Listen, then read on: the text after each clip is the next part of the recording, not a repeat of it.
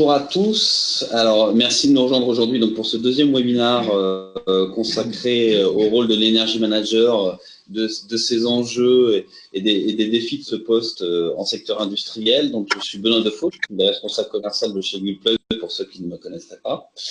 Alors, rapidement, avant de présenter le tour de table et ce qui nous amène aujourd'hui à faire cette table ronde-là, donc vous avez effectivement devant les yeux l'équipe au grand complet avec encore nos dernières recrues au premier plan.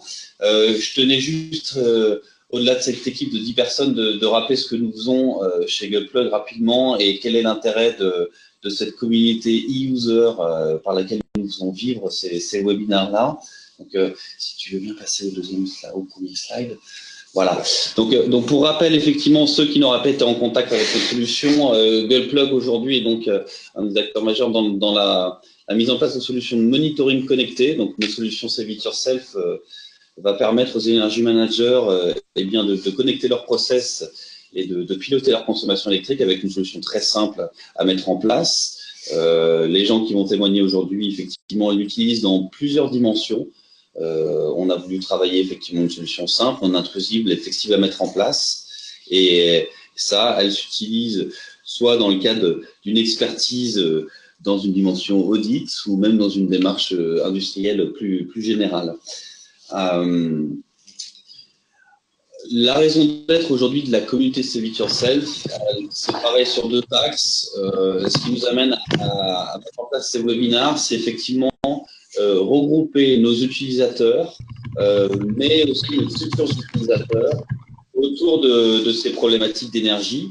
Le but du jeu était, à travers cette communauté, donc de s'informer, et c'est aussi pour ça aujourd'hui qu'on est accompagné par Schneider Electric et Affiné, et surtout partager les bonnes pratiques.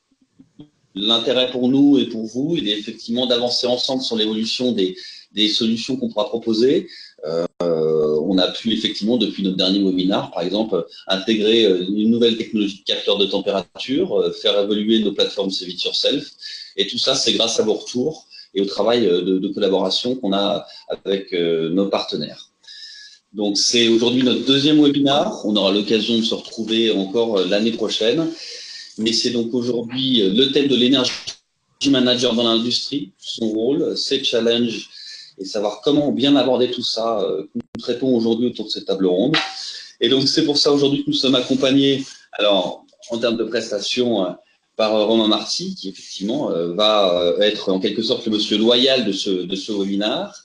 À ma droite directement, donc Denis David, voilà, qui dirige le cabinet Affiné, qui est un bureau d'études et de conseil spécialisé dans l'optimisation énergétique, dans les économies d'énergie, qui commence effectivement depuis quelques temps à travailler avec notre valise en déployant cette solution dans le cadre de ces audits, mais c'est aussi un partenaire particulier avec lequel on a mis en place une solution complémentaire entre la solution, je dirais, hard et data que nous proposons et son expertise en tant qu'énergie manager externalisé dans certaines conditions d'ailleurs.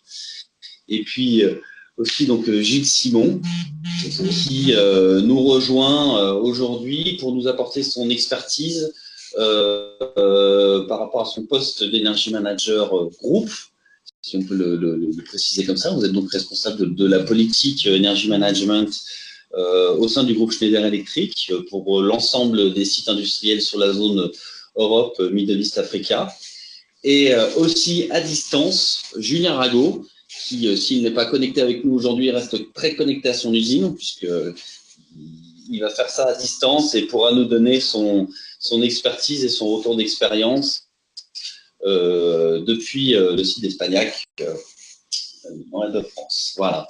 Et bien sûr, Xavier, notre fondateur et CEO de chez Guiplug, qui nous fait plaisir de nous accompagner aujourd'hui pour justement alimenter et relancer le débat autour de cette table ronde énergie manager dans l'industrie. Voici. On va attaquer par une présentation plus poussée des participants, donc leur poste, mais aussi comment ils sont arrivés dans l'énergie management. En commençant par Gilles.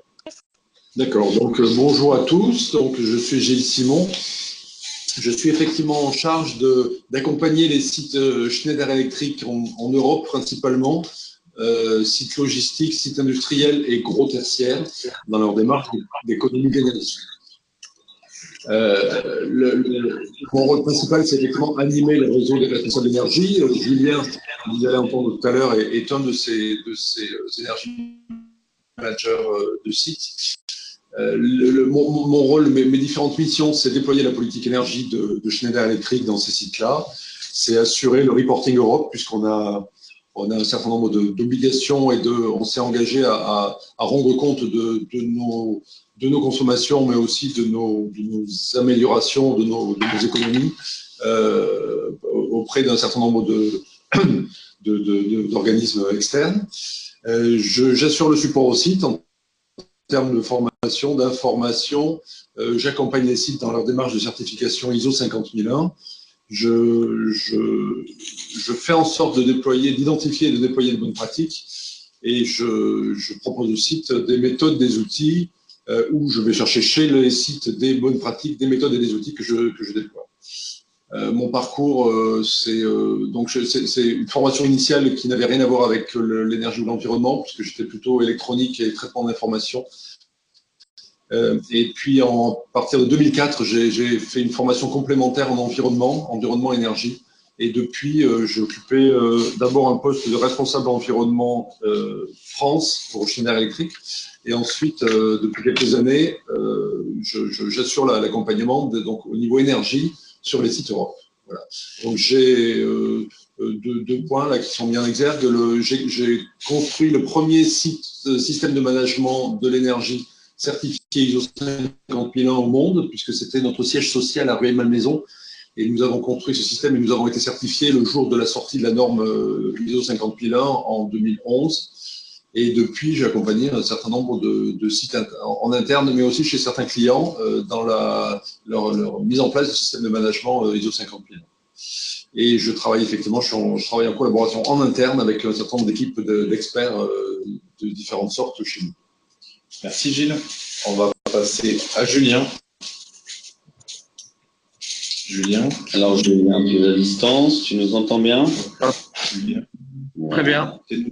Ah, parfait. Donc, bonjour à tous, Rago Julien. Donc, je suis responsable environnement sur un site industriel basé à Angoulême. De formation qualité, sécurité, environnement.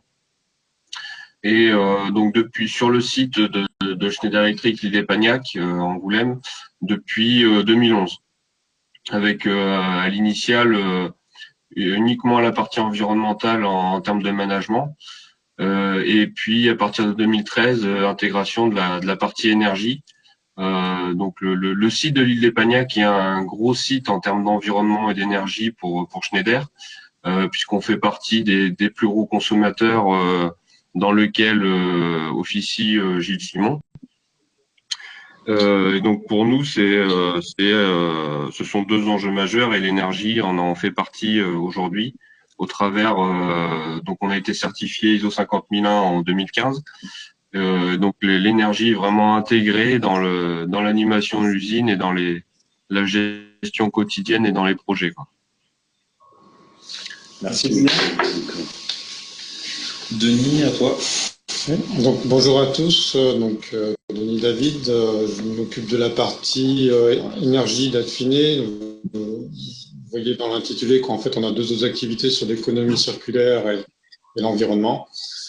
La principale activité, c'est le suivi d'entreprise sur la mise en place de cartographie, de faire des audits énergétiques, notamment pour les entreprises qui sont soumises à un audit obligatoire. Et ensuite, j'ai été un des premiers bataillons formés à l'ISO 50001 en 2011. Et je suis auditeur ICA depuis cette époque. Et donc, j'audite des sites industriels, notamment des sites relativement importants. Et nous accompagnons des entreprises de A à Z sur la mise en place de l'ISO 50001. Donc, j'ai 40% de mon activité qui est sur du commercial, du suivi de projet, sur la satisfaction de nos clients. 40% sur la mission d'études et 15% sur de l'expertise d'audit sur les différents types d'industries. Ça va aussi bien d'entreprises du BTP, du tertiaire, que de l'entreprise industrielle. Grosso modo, le portefeuille d'affiné aujourd'hui, ça représente 1,5% de la consommation industrielle française. Donc, avec notamment des entreprises qui sont électro-intensives. Donc, une consommation énergétique très importante par rapport à leur chiffre d'affaires. Voilà. Et puis, quelques activités un peu d'enseignement. Et en termes de parcours, c'est un parcours un petit peu similaire à Gilles Simon. Donc, c'est-à-dire une compétence d'abord forte en semi-conducteur dans une entreprise américaine. Ensuite, un travail de consultant dans les industries photovoltaïques et semi-conducteurs. Une formation à l'ISO 50001 et c'est en permanence de l'acquisition de compétences, de connaissances sur l'énergie, et notamment le rôle d'énergie manager qu'on développe dans les différentes industries, parce que les gens n'ont pas forcément le temps et les ressources pour développer un énergie manager sur site. L'idée d'un énergie manager à temps partagé. Voilà. Merci. Donc, vous l'avez compris, on a un énergie manager opérationnel multi-site, mais interne. Un énergie manager opérationnel externe qui intervient sur de multiples sociétés. Et Gilles qui est sur de la supervision multi-site, si c'est une bonne façon de le présenter. Ouais. Ça. Et donc, l'objectif, c'est d'avoir ces trois avis de personnes qui ont de l'expérience dans l'énergie management sur à la fois le rôle de l'énergie manager, ses challenges, et passer cette étape un peu plus déprimante où on va évoquer pas mal de difficultés qui sont rencontrées. On va parler des bonnes pratiques parce qu'il faut conclure sur quelque chose de positif. Voilà. J'ai pas mal de monde qui nous a rejoints entre-temps. Je vais réafficher la diapositive, parce qu'en fait, on va avoir l'outil Bicast qu'on va utiliser en parallèle, qui va nous permettre d'interagir en direct sur la présentation. Je vais vous le présenter tout à l'heure. Donc, il y a des personnes qui ne sont pas encore connectées.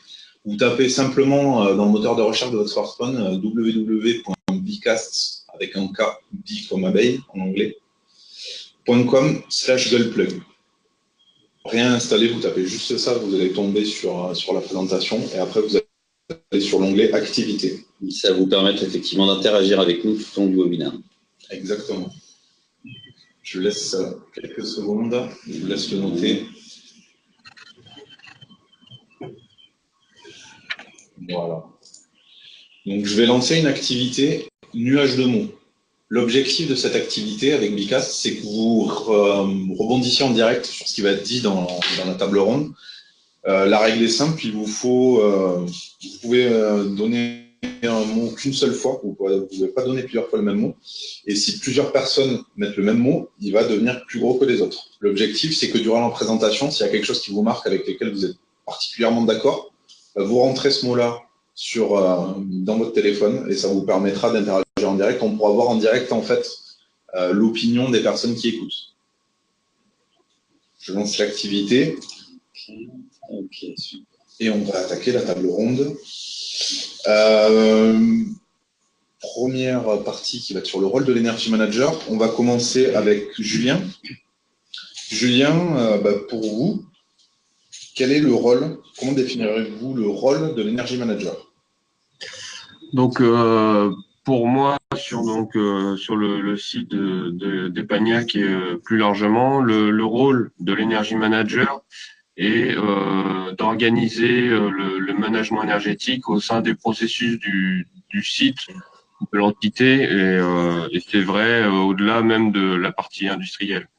Là, on est sur vraiment le management qui est partagé par les différentes fonctions présentes chez un industriel sur un site pour orchestrer la mise en œuvre du management énergétique. Donc, c'est de définir vraiment le cadre et d'animer les contributeurs à ce management énergétique et à l'atteinte des objectifs que l'on se fixe.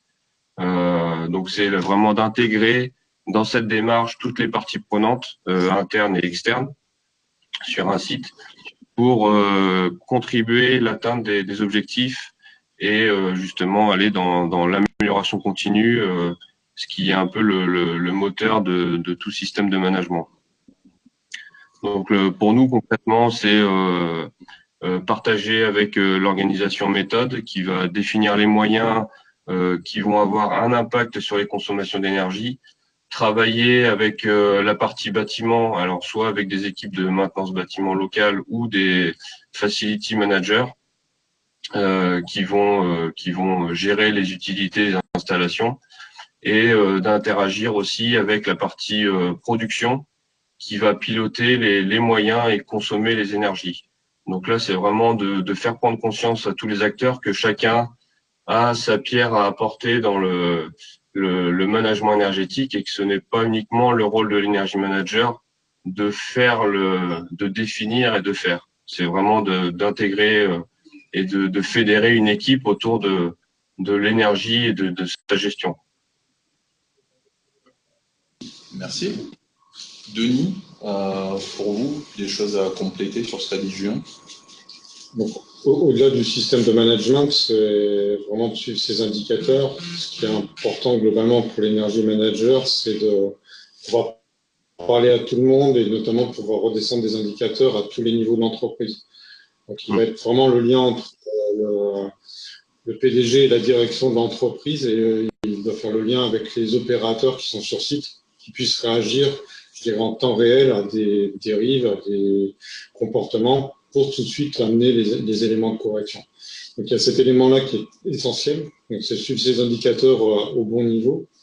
Et le deuxième volet, c'est toutes les activités qui sont connexes, qui ont été évoquées. C'est-à-dire qu'il y a une liaison avec les achats, avec ce qu'on appelle un système de management de la conception. Quand on conçoit une nouvelle ligne de production, une nouvelle activité, un nouveau bâtiment, il faut se poser la question de sa performance énergétique et ensuite de regarder en réalité si on a bien cette performance attendue. Voilà, donc il y a bien un lien aussi avec les fonctions achat, les fonctions projet, sur lesquelles doit travailler aussi l'énergie manager. Ok, donc pour l'instant, il doit fédérer, il doit améliorer la performance et suivre les indicateurs, finalement, ce qui ressort le plus là, dans ce que je vois, c'est faire le lien dans la société. Gilles, vous avez... Oui, moi je suis tout à fait d'accord avec ce qui a été dit précédemment. Juste peut-être, moi ça m'évoque le fait que c'est une fonction complexe, puisqu'elle a diverses composantes très différentes. On l'a vu dans les deux interventions précédentes. Il y a une composante technique, parce que quand même, on parle de sujets techniques, optimiser une consommation, analyser je veux dire, ça peut aller jusqu'à de la maintenance préventive, corrective, etc. Donc il y a du technique. Il y a une composante communication, puisqu'on l'a vu, le lien que tu as évoqué, c'est le lien entre les différentes fonctions d'entreprise, achat, méthode, industrialisation, opérateur, etc., maintenance, donc composante communication. Et il y a une composante de management, puisque également, on étudie des actions d'amélioration, on est obligé de monter un dossier et de le faire valider par la direction, parce qu'il y a des investissements à aller chercher, etc., etc. Donc, composante managériale, composante communication, composante technique, c'est pas toutes les fonctions qui ont ces trois, qui ont besoin de telle variété de compétences. Je veux dire. Ok. Apparemment, ça résonne bien auprès de notre audience en termes de rôle très complet, beaucoup, donc multitâche. En termes de valeur ajoutée pour la société, Gilles, comment tu vois la valeur ajoutée d'un énergie? Alors, il y a une première valeur ajoutée qui est assez évidente. Un des rôles de l'énergie manager, c'est d'aller chercher des économies, d'aller chercher des optimisations. Donc ça, c'est une valeur pour l'entreprise réelle. Elle se chiffre en kilowattheures économisés ou en kilo-euros gagnés. C'est une première composante. La deuxième, je pense qu'au-delà du kilowattheure gagné, le travail de l'énergie manager, c'est d'optimiser les processus, d'optimiser la consommation, on va dire, on ne va pas aller trop largement, mais optimiser les consommations. Et par l'optimisation des consommations, ça va aller gratter dans différentes fonctions. On a évoqué précédemment les fonctions méthode, les fonctions achat, les fonctions maintenance. Parce que optimiser un processus industriel, optimiser une utilité du bâtiment, une CVC, etc., ça veut dire aller se poser les bonnes questions et sans doute améliorer aussi l'efficacité globale de l'entreprise. Merci. Donc, gain économique, optimisation. Denis, je rejoins surtout le dernier point qui est très important, c'est-à-dire qu'on a des gains collatéraux qu'on ne voit pas. Il y a des gains sur la performance énergétique. Et comme vous l'avez évoqué, il y a des gains aussi sur la performance industrielle, des gains sur la maintenance, des choses de ce type-là, des questions qu'on ne se serait pas posées. Et le deuxième volet aussi, il y a un gain en termes de financier, mais il y a aussi un gain en termes de marketing. Donc, c'est-à-dire que marketing, je dirais, d'image de l'entreprise. Et donc, l'energy manager doit aussi mettre en avant les gains qu'il peut apporter.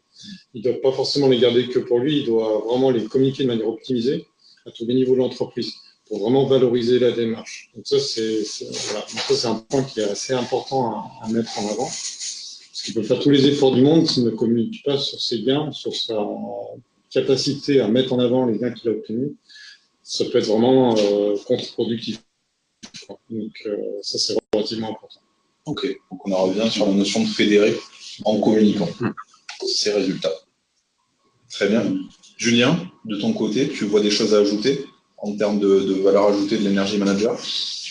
Non, je pense que au travers des différents échanges, là, on vient de balayer un peu l'ensemble du périmètre dans lequel intervient l'energy manager et pour lequel il apporte sa contribution et je pense qu'on a vraiment un peu le spectre large de l'energy manager sur un site industriel où on voit que on a aussi bien des interactions internes que externes, puisque suivant les entités ou les industriels, on a les composantes achats qui sont externalisées au site, la partie industrialisation qui est aussi souvent externalisée par rapport à une unité de production, où là, du coup, on a des interactions qui sont aussi bien proches de la consommation que éloignées, si on peut dire comme ça. D'accord. Justement, du coup, cette notion d'animer, de fédérer, finalement, l'energy manager, quel doit être son positionnement, selon toi, dans l'entreprise? En gros, de quel service il doit dépendre? Est-ce qu'il doit être à part? Est-ce qu'il doit appartenir à un service spécifique? Comment il doit se positionner pour être le plus efficace?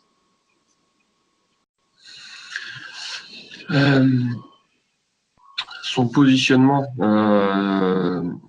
Rattachement hiérarchique, en fait, dans l'organigramme, où est-ce qu'il vaut mieux le positionner? Au plus près tout dépend du site et de l'organisation du site, mais plus il est près de la direction et intégré, plus il est près de la direction et plus il est voyant auprès des stratégies de la direction, plus ce sera facile pour lui de redescendre les objectifs, les enjeux, et d'avoir un impact un peu plus fort auprès des opérationnels ou des différentes organisations sur le site. Je pense que de toute façon, dans tous les référentiels de management, la première pierre du référentiel, c'est l'implication de la direction et l'engagement de la direction. Faut que ça soit voyant dans la politique, dans le message du directeur, et que ça soit partagé avec l'energy manager, bien sûr, quant au contenu de cette politique. Mais l'energy manager ne peut pas faire le travail tout seul.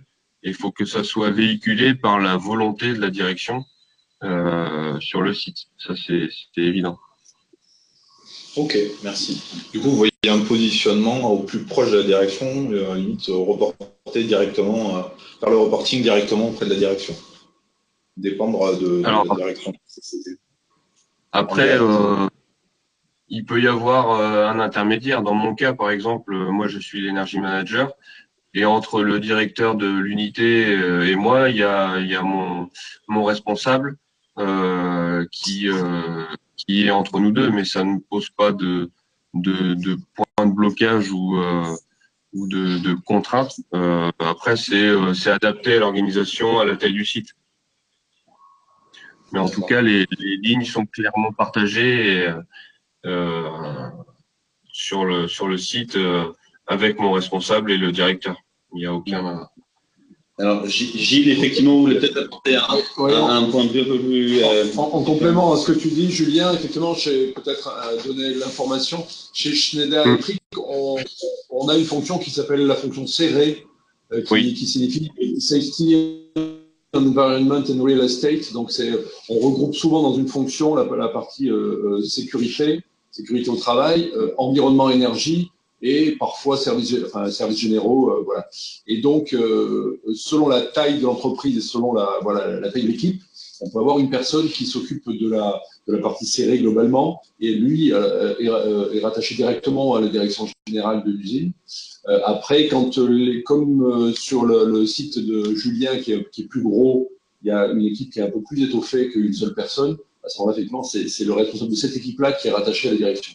Mais ça signifie quand même qu'effectivement, que ce soit pour l'environnement ou pour l'énergie, d'ailleurs, c'est le même combat, ces fonctions-là doivent être au plus près comme l'a dit Julien, d'être au plus près de la direction.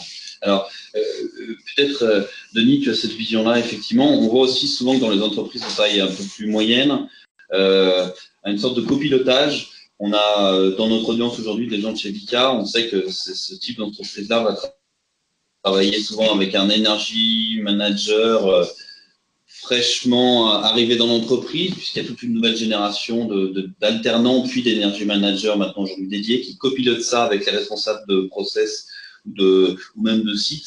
Toi, Denis, tu vois aussi cette formule-là sur le terrain se développer de plus en plus. En effet, on a toutes les configurations possibles de notre portefeuille dans lequel on intervient.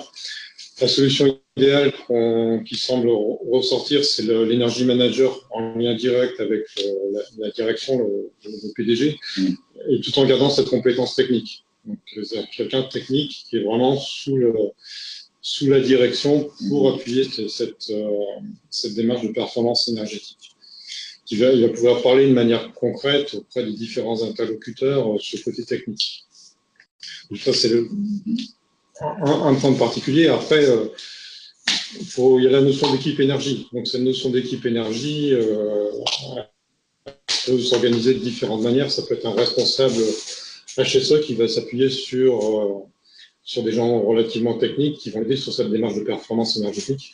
Ce qui marche souvent, c'est un binôme. C'est un binôme responsable HSE, responsable maintenance. Quelqu'un qui est plutôt système, si on voit l'aspect plutôt ISO 50001, quelqu'un qui est plutôt système et quelqu'un qui est plutôt technique. Ce qui marche pas très bien, c'est quelqu'un de la maintenance sur lequel on rajouterait cette étiquette énergie en plus de son travail. Donc ça, pour le coup, ça serait une démarche un peu subie, entre guillemets, qui serait pas relativement dommageable.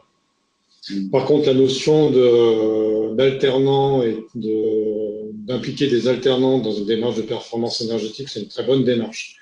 Parce que ça permet d'engager des jeunes dans cette voie-là. Et globalement, ils sont plutôt intéressés à la démarche. Et derrière, il y a des gens qui sont relativement bien formés au système de management, ou en tout cas à la fonction d'énergie manager. On a vu dans des entreprises aussi, on duplique l'énergie manager à différents ateliers pour des sites importants, comme des plateformes chimiques, et des ingénieurs process deviennent responsables énergie de leur activité. Et pour le coup, eux remontent leurs indicateurs à un energy manager de l'ensemble d'une plateforme. Voilà, donc toutes les configurations sont possibles. Ce qui est important, c'est de ne pas perdre le volet technique et de bien suivre ce côté technique aussi par ailleurs. Alors, effectivement, je rebondis sur ce que tu dis.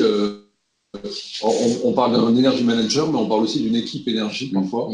Et très souvent, ce qu'on essaye de promouvoir sur nos sites, c'est un energy manager, mais qui anime aussi un réseau de contributeurs, entre guillemets, qui peuvent être soit les responsables de process, par exemple, qui doivent avoir une préoccupation énergie sur la gestion de leur process, soit ça peut être une équipe qu'on peut appeler casquette verte ou des gens comme ça, qui sont des opérateurs, enfin, qui sont des gens à tous les niveaux d'entreprise, qui ont une petite sensibilité, une petite fibre environnementale ou énergétique, et qui sont réunis une fois tous les trimestres ou une fois tous les 2 mois, qui jouent un rôle de maillon de communication entre l'amont et l'aval et l'amont, c'est-à-dire de communication descendante de la direction ou d'énergie manager vers les opérateurs, ou l'inverse, des opérateurs qui peuvent avoir des bonnes idées qui remontent à l'énergie manager. Donc ce rôle-là d'animation de groupe est important aussi. Est-ce que ça veut dire que ces relais de bonnes paroles ou de bonnes pratiques au sein des industries sont des gens qui sont challengés, ou c'est simplement d'abord, au niveau de maturité du marché aujourd'hui, du relais de communication. On a les moyens aujourd'hui d'impliquer les gens de façon plus profonde dans la démarche. Non, je dirais que c'est bien de reconnaître ce rôle-là, Ouais. si on leur donne ce rôle-là, parce que ça le valorise. On peut le valoriser de différentes façons. C'est pas forcément une évolution de la fonction elle-même, parce que c'est vraiment quelque chose vraiment en plus et de relativement léger. Enfin, il faut que ça reste léger.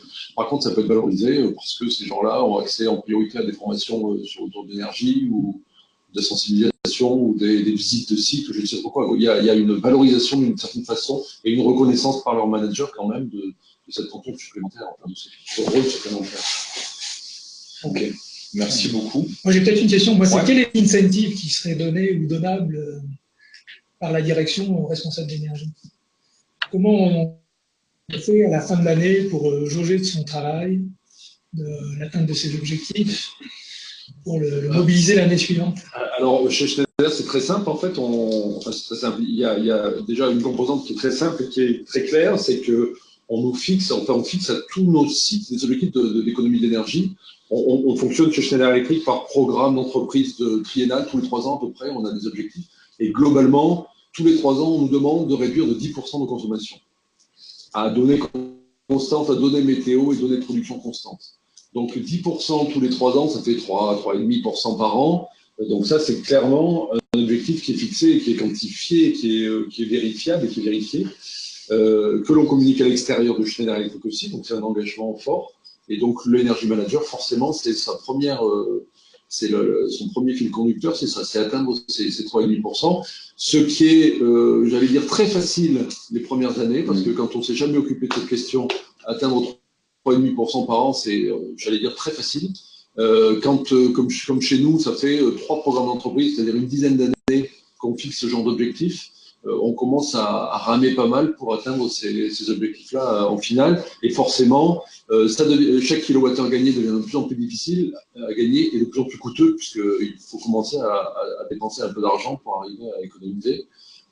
Alors qu'au début, c'est quasiment du réglage ou de la bonne pratique qui suffit.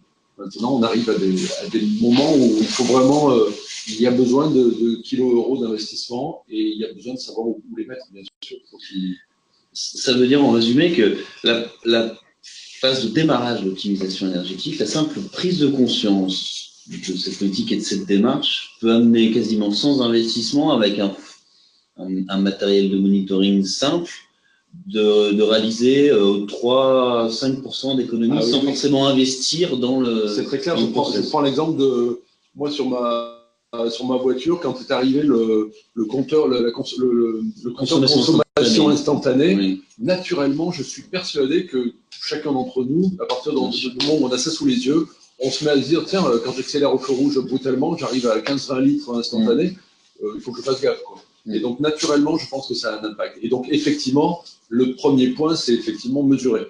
Si on commence à avoir quelques indications de mesure, si on commence à voir, je sais pas, ne serait-ce que regarder son compteur, après, il n'y a pas besoin de beaucoup de moyens au début, le compteur d'entrée, le compteur électrique d'entrée du site, si on sait prendre les points 10 minutes, par exemple, de consommation, on commence à pouvoir déjà s'intéresser aux talons de consommation la nuit, le week-end ou les jours fériés, et se dire, tiens, comment ça se fait qu'on site consomme encore 50% ou 60% de sa consommation alors qu'il n'y a pas d'activité dans le site. Donc voilà, rien que ça, déjà, c'est là où on peut vraiment gagner au début facilement. Ok, ben merci beaucoup. On va passer à la partie suivante. Juste pour conclure, c'est très intéressant parce que quand on entend Energy Manager, au départ, on pense monitoring de l'énergie, on pense économie d'énergie, mais finalement, ce qui ressort le plus, que ce soit des discussions ou du nuage de mots, c'est la notion d'animer, de fédérer. Donc finalement, une position, c'est peut-être le terme management et une notion de chef de projet qui est plus importante à côté de toujours ce côté opérationnel technique, mais une notion de chef de projet très importante. Et je crois qu'effectivement, Julien, à distance, opine à la tête, effectivement, en confirmant que cette notion et l'énergie qu'il faut mettre dans le projet, elle est intense et quotidienne. Exactement. C'est vraiment cette partie animation, fédération qui va contribuer à atteindre les autres fibres de l'Energy Manager sur la partie technique, tout l'aspect communication, l'atteinte des projets, les objectifs. C'est au travers de cette animation et l'intégration de tous les participants, on va dire dans le bateau, hein, qui va contribuer à atteindre les objectifs que l'on se fixe et à aller dans le bon sens de définir qu'est-ce qu'on a aujourd'hui et comment on peut atteindre ce qu'on veut atteindre demain, quoi. Peut-être un point en termes d'objectifs, pas forcément chercher toujours des pourcentages de réduction, parce que sur les premières années, c'est relativement compliqué, on ne va pas savoir où jauger et où mettre la barre. Donc ça peut être un des objectifs, ça peut être de suivre un plan de performance, c'est-à-dire qu'il peut y avoir un certain nombre de projets et d'être sûr de mener à bien l'ensemble de ces projets. Ça peut être aussi de comprendre son talon de consommation ou de ses usages énergétiques. Donc de vouloir en première année chercher forcément les pourcentages de réduction, ça peut être pas forcément opportun. Le premier objectif peut être de comprendre ses usages et de savoir où est-ce qu'on se trouve. Je suis d'accord, effectivement, un premier objectif au tout début peut être augmenter son niveau de maîtrise. Typiquement, au début, on se rend compte que quand on commence à regarder un petit peu les consommations d'un site, on se rend compte qu'il y a une grande partie des consommations qu'on ne sait pas identifier. Bon, on a une grosse partie, ça part, on ne sait pas où. Et donc, effectivement, un des premiers objectifs peut être de se dire, je diminue cette part d'inconnu la première année, les 2 premières années, je diminue cette part d'inconnu sur mon site. Voilà, avant même de parler de pourcentage d'économie, comment je peux faire pour améliorer ma connaissance de l'énergie sur mon site. Donc on explore avant d'agir. C'est ça. Quand on en vient au pourcentage, c'est plus un problème de riche, c'est qu'on a déjà tout mis en place et qu'on a une base de référence assez solide, mais on a une référence solide et on peut se lancer. Ok. Julien, tu voulais dire? Oui, je rejoins totalement ce point-là. La base de la démarche, que ce soit une démarche certifiée ou pas, c'est déjà de comprendre ce que l'on a sur notre site. Donc, il y a toute une phase d'analyse pour définir nos usages énergétiques. Typiquement, pour nous, sur le site, on a démarré la démarche de management énergétique en 2012-2013. La certification ne s'est fait qu'en 2015 et on a eu toute une période où on a construit le système. Donc, ça s'est passé par une phase d'analyse de savoir quels étaient nos usages et comment on pouvait construire une architecture de comptage qui pourrait nous permettre de comprendre nos consommations et par la suite de les améliorer. Mais c'est vrai que la base de la démarche, c'est déjà de comprendre comment on consomme notre énergie. Et là, ça passe par du monitoring et de l'analyse des différentes consommations que l'on peut avoir sur le site. Ok. Merci. Mais alors, au quotidien, de manière simple et concrète, ça veut dire qu'on fait quoi? Au quotidien, on va mettre des capteurs, on fait de la mesure. Ça se passe comment le quotidien de l'Energy Manager? De manière simple et concrète, comme ça, sur le site. Alors, au quotidien, donc pour mon cas, dans notre démarche, on s'est appuyé sur en première partie les comptages que l'on avait d'existence sur le site. Donc, on avait le compteur d'entrée de site.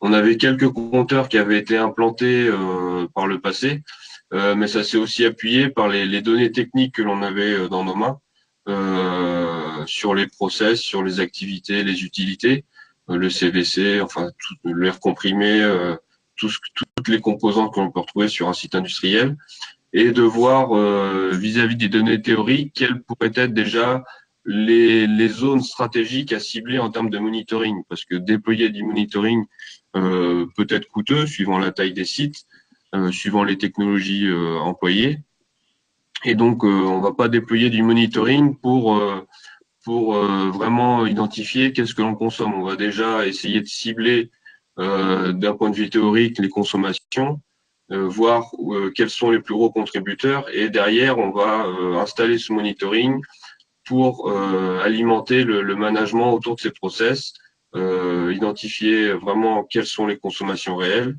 et de voir après avec les actions identifiées comment ça se comporte et est-ce que l'on va bien dans la bonne tendance.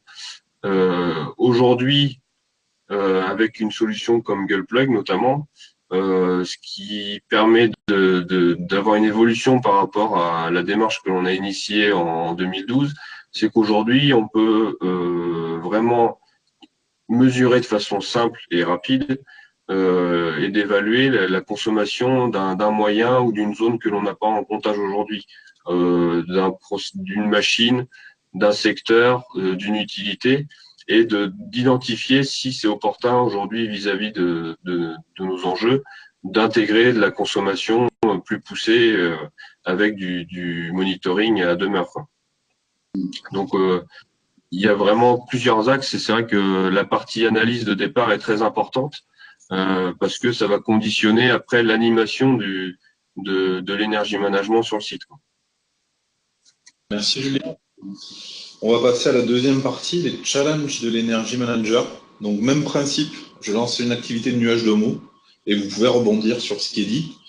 Et on va commencer avec Denis, qui finalement, on va parler techniquement, on va parler financièrement, et pour rebondir sur le côté fédéré, communiqué du rôle de l'énergie manager, humainement, quels sont les challenges que peut rencontrer un énergie manager au quotidien? Alors, l'énergie manager, on l'a vu tout à l'heure, s'il est sous la responsabilité de la direction, c'est le premier frein sur lequel il peut buter. C'est-à-dire qu'il faut être sûr que derrière la direction puisse promouvoir sa démarche de management de l'énergie. Donc ça peut être un premier frein. Deuxième frein, ça peut être les challenges.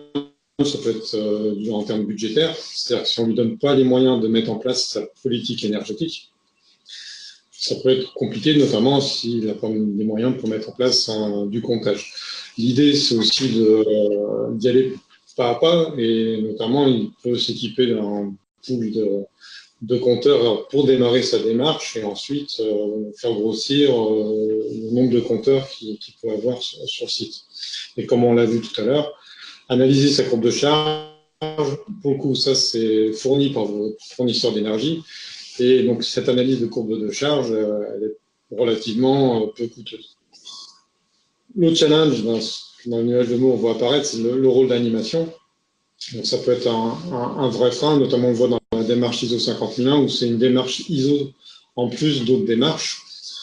Par contre, qui a aussi un aspect financier qui est relativement intéressant. C'est dommage de bloquer cette vision-là.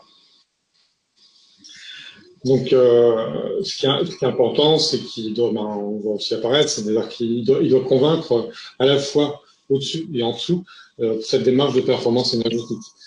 En dessous, en termes des opérateurs qui sont sur les machines, de dire ça a encore un travail supplémentaire à rajouter à mon quotidien. Donc, il ne faut pas que ce soit vécu de ce type-là, il faut qu'ils puissent avoir les outils adaptés pour remonter, je dirais, le plus automatiquement possible ces indicateurs pour ensuite aller cibler les informations au juste à temps et au bon moment, quoi. Voilà, donc ça, c'est les freins principaux. Ce qui est important après, c'est de suivre son plan de performance et d'avoir suffisamment de personnes, d'expertise aussi autour de lui. Donc là, c'est pareil, il devra s'entourer d'expertise qu'il peut chercher à l'extérieur. Des expertises sur l'air comprimé, des expertises sur CVC, parce que le responsable énergie n'a pas forcément la science infuse sur toutes les technologies. Donc, il a une bonne vision globalement d'un ensemble de technologies. Par contre, il n'aura pas l'expertise spécifique sur le sécheur d'air comprimé avec telle ou telle technologie. Donc là, à chaque fois, il devra s'appuyer sur des expertises à tous les niveaux, quoi. Voilà, donc essentiellement ces 3 points qui sont à retenir en termes de challenge. Bien s'entourer, avoir les bons outils pour avoir les infos quand il faut pour convaincre. C'est bien en résumé, c'est ça. Ça veut dire que dès le démarrage de sa carrière d'énergie manager, la notion de formation continue, elle est essentielle. Oui, c'est-à-dire qu'en permanence, le responsable énergie doit être un peu à l'avant-garde des technologies, parce qu'on voit bien que les technologies de récupération d'énergie, de comptage, etc., évoluent très très vite, et il a besoin d'être au courant des dernières technologies sur le marché. parce qu'on l'a vu tout à l'heure, c'est-à-dire qu'on peut faire des quick wins au démarrage de la démarche, gagner 3% tous les ans. Par contre, à un moment donné, on va stagner. Donc, si l'energy manager n'est pas au courant des dernières technologies en termes de récupération de chaleur, en termes de moteur IE3, IE5, il faut qu'il soit au courant de ces nouvelles technologies pour les implémenter sur son site. Une des difficultés qu'ils peuvent avoir aussi, ce qu'on retrouve sur certains gros sites industriels, même sur certains gros sites industriels, c'est-à-dire que sur le papier, la théorie, on peut avoir une connaissance, enfin, un système de récupération de chaleur qui peut marcher théoriquement. Par contre, en pratique, il peut y avoir des difficultés très importantes liées au processus, où l'aspect process n'a pas été intégré. Donc, l'energy manager, il doit très très bien connaître son process, son milieu industriel, pour pouvoir adapter les outils exactement à ce qui est utile pour son entreprise. Enfin, qui a un système de récupération de chaleur, il faut bien connaître les variations du process pour dire, à tel moment, je peux récupérer de la chaleur et à tel autre, ça ne va pas être possible. Pour rebondir aussi sur l'activité de l'energy manager au quotidien, sur certaines entreprises très importantes, il y a la notion on va produire aussi de l'énergie, notamment avec des systèmes de cogénération. Et donc là, l'energy manager doit être aussi au courant du marché de l'énergie pour pouvoir dire je revends de l'énergie à tel prix ou à tel autre. Donc il y a aussi cette notion de marché qu'il faut bien connaître. À certains moments, ça va valoir le coup de produire plus à certains moments parce que l'énergie sera moins chère. Donc ça, il faudra aussi l'intégrer. Donc, il y a la notion d'efficacité, mais il y a aussi la notion d'utiliser l'énergie au bon moment. Du coup, chef de projet, technique et courtier. Ça peut aller dans cette voie-là. Là, des entreprises qu'on accompagne, tous les matins, le responsable d'énergie s'intéresse du prix de l'énergie pour savoir s'il met en route ou pas sa cogénération. Alors, parfois, c'est sous-traité avec divers exploitants. Mais sinon, c'est une fonction qui est tout à fait intégrée. Et après, le métier de trader, c'est aussi un métier qui est bien particulier.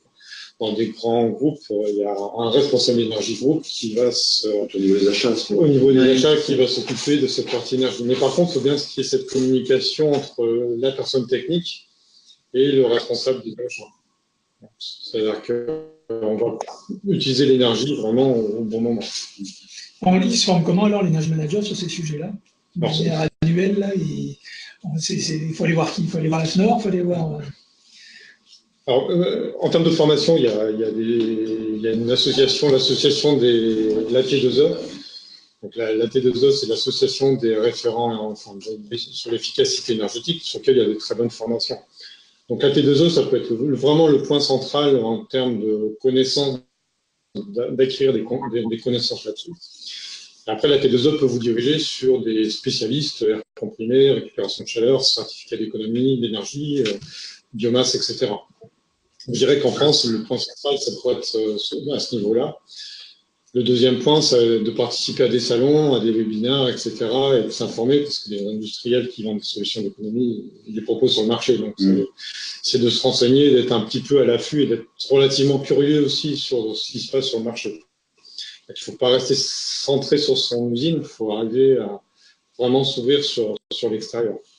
Et puis après, bon, forcément, tu ne le dis pas, mais après, on va avoir tout l'écosystème des auditeurs et des experts comme vous qui vont accompagner ces gens-là. On a aussi, et parce qu'ils font partie de l'audience ce matin, des gens comme le CETIM, qui accompagnent aussi à travers leur expertise sur des sujets plus variés d'ailleurs que l'optimisation énergétique, mais qui dans ces problématiques-là sont aussi des sources d'informations pour bien qualifier le projet et pour effectivement justifier un accompagnement par le biais de cabinets et d'expertise externe. Julien, tu as des compères à apporter en termes de challenge. On est sur convaincre, gérer le budget, bien s'entourer, trouver les bons outils, bien se former. Non, on est totalement là-dedans.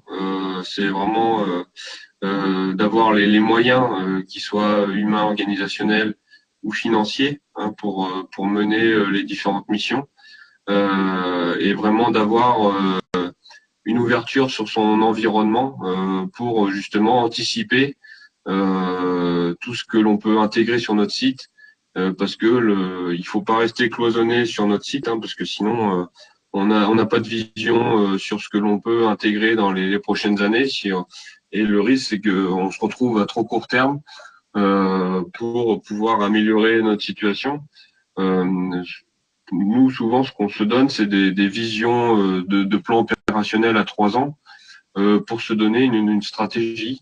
Et cette stratégie, elle s'alimente par des démarches internes, mais aussi des démarches externes, en faisant appel à des experts dans des domaines particuliers, parce que il y a des choses qui sont très pointues et pour lesquelles l'energy manager n'a pas forcément les compétences techniques pour y répondre. Donc il faut s'ouvrir et partager vraiment toutes les pratiques qui peuvent se déployer soit en interne dans le groupe ou en externe avec d'autres industriels qui ont les problématiques similaires, parce que je pense que tout le monde a un peu les mêmes problématiques. Donc ce qui fait la force de tout ça, c'est le partage et de s'ouvrir sur le partage de ces bonnes pratiques. Et de manière concrète, quand tu es dans ton usine finalement et que tu te balades, faut animer, il faut convaincre, il faut partager. Les gens, ils te perçoivent comment dans l'usine? Ils te perçoivent comme il y a l'énergie manager qui arrive, putain, super, ou est-ce que oh putain, il y a encore l'énergie manager qui arrive, il faut que j'éteigne les machines, il faut que je fasse gaffe, ils vont encore m'emmerder avec des compteurs, et moi j'ai besoin de produire de la qualité, dans le respect des temps, des délais, des machins. Est-ce que les gens en fait? Aujourd'hui, alors pour l'énergie, c'est plus facile que pour l'environnement, parce que in fine, on touche directement au kilo-euro qui sont consommés. Alors souvent, le process consomme de l'énergie pour rien, et donc les gens perçoivent très bien cette philosophie-là, et ils perçoivent très bien l'intérêt d'économiser l'énergie. Et donc, au travers d'intégration d'opérationnels, de personnes de machines qui vont conduire des machines, dans des démarches d'analyse d'amélioration. Typiquement, on a mené des projets sur plusieurs journées, de 2 à 3 jours, des diagnostics techniques énergie où on intègre toutes les parties prenantes, aussi bien les fonctions support qu'un technicien méthode, que l'opérateur qui va conduire sa machine, puisque lui est confronté au quotidien aux aléas de sa machine qui peuvent conduire à des déperditions ou des mauvaises consommations. Et souvent, ils ont les idées, ils sont vraiment enclins à partager et à s'intégrer dans cette démarche. Donc, ils sont vraiment partie prenante et moteurs dans cet axe-là sur la maîtrise énergétique. Et c'est vraiment intéressant et c'est là où il y a beaucoup d'énergie à aller chercher justement. Du coup, avec une vision complète, on va dire, du groupe, c'est généraliser cette envie de partager, de participer. Non, je dirais pas que c'est partagé. Par contre, là où je rejoins Julien, c'est qu'effectivement, quand on implique les différents niveaux d'entreprise, y compris et peut-être surtout les opérationnels, à ces démarches-là, en général, c'est que du bonheur, parce que c'est l'opérateur sur la machine qui sait effectivement pourquoi il éteint pas sa machine en fin de poste. C'est lui qui sait pourquoi, c'est lui qui sait qu'il y a une fuite d'air comprimé qui le saoule toute la journée parce que ça fait du bruit aussi. Et donc, on peut effectivement aller chercher des informations super intéressantes et impliquer les gens dans ces démarches. Sinon, pour revenir plus globalement sur les challenges de l'Energy Manager, je rejoins tout ce qui a été dit. Le principal challenge, c'est le retour sur investissement quand même. C'est quand même ça qui guide les actions. C'est la première chose qu'on nous demande de prouver, quoi. Si on a un ROI de 1 an et demi, banco, en général, on a le budget pour y aller. Quand c'est un ROI qui est 4 ans, 5 ans, c'est beaucoup, beaucoup plus difficile. Et ne parlons pas après de ROI sur le bâti, intervention sur le bâti, où c'est des retours sur investissement de 10-15 ans, et là, ça devient quasiment impossible. Donc, on est plus déjà sur du pilotage, effectivement, quand on parle d'amélioration, d'action d'amélioration.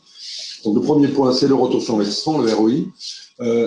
Et puis, je rejoins aussi la notion, et c'est quelque chose sur lequel je voulais insister, c'est l'évolution du métier d'Energy Manager en ce moment. chez nous, on déploie des projets, des grands projets de type industrie 4.0. Donc l'usine de demain qu'on est en train de déployer sur des tas de sites, dont le site de Julien par exemple, qui impacte l'entreprise à l'usine à différents niveaux, et notamment l'energy manager. L'energy manager aujourd'hui, le travail de l'energy manager d'aujourd'hui est très différent du travail de l'energy manager il y a 5 ou 8 ans, notamment pour toutes ces problématiques de communication. On a aujourd'hui de plus en plus d'objets connectés. On parle de compteurs, mais on parle de différents capteurs de température et d'autres connectés qui remontent à travers des passerelles de communication, à travers des réseaux de communication, sur des logiciels qui sont soit installés en local, sur un serveur local, soit qui sont sur le cloud quelque part. Et donc tout ça génère une problématique IT, j'allais dire, informatique, qu'on n'avait pas il y a 5 ou 10 ans. Et le métier d'Energy Manager est vraiment, tu parlais Denis de toutes ces nouvelles technologies, et ça en fait partie. Effectivement, l'Energy Manager, non seulement il doit connaître effectivement tout ce qu'on peut faire cracher, comment on peut faire cracher du kilowattheure à un compresseur, à un système CVC, à une pompe à chaleur, mais également on doit au moins comprendre comment je me raccorde mon compteur, comment il communique à travers une passerelle de communication en telle technologie de communication. Et ça ouvre le champ des compétences nécessaires de façon assez importante. Et donc, naturellement, il ne faut pas que l'Energy Manager cherche à avoir toutes ces compétences. Il doit aussi savoir s'appuyer sur de l'expertise externe ou interne à l'entreprise, peu importe, mais externe à lui en tout cas. Mais ça passe aussi donc forcément par l'ouverture sur l'extérieur, par la participation, comme on a dit, à des conférences ou des webinaires de ce type. Ça passe par de la formation continue, etc., etc. Et en termes de formation, d'organisme de formation, entre une parenthèse, Schneider Electric fait des formations aussi pour ses clients en termes de différents sujets, et notamment efficacité énergétique, etc. Et je crois que c'est ce que je voulais rajouter. Merci. Ce que je vous propose, c'est de conclure sur la partie table ronde pour laisser la place aux questions de l'assistance qui permettront d'éclairer un peu plus. Donc, je vais terminer l'activité. Pour l'assistance, il va y avoir une activité posez vos questions qui va démarrer. Globalement, vous ajoutez une nouvelle idée, vous la partagez avec tout le monde, elle va apparaître là. Et comme ça, on pourra voir, à la limite, si c'est pour un interlocuteur particulier, n'hésitez pas à mettre son prénom directement, hein, Gilles, Denis ou Julien. Comme ça, on vous laisse un peu de place et ça nous permettra de passer du temps sur la partie bonne pratique, qui doit intéresser pas mal de monde, je pense.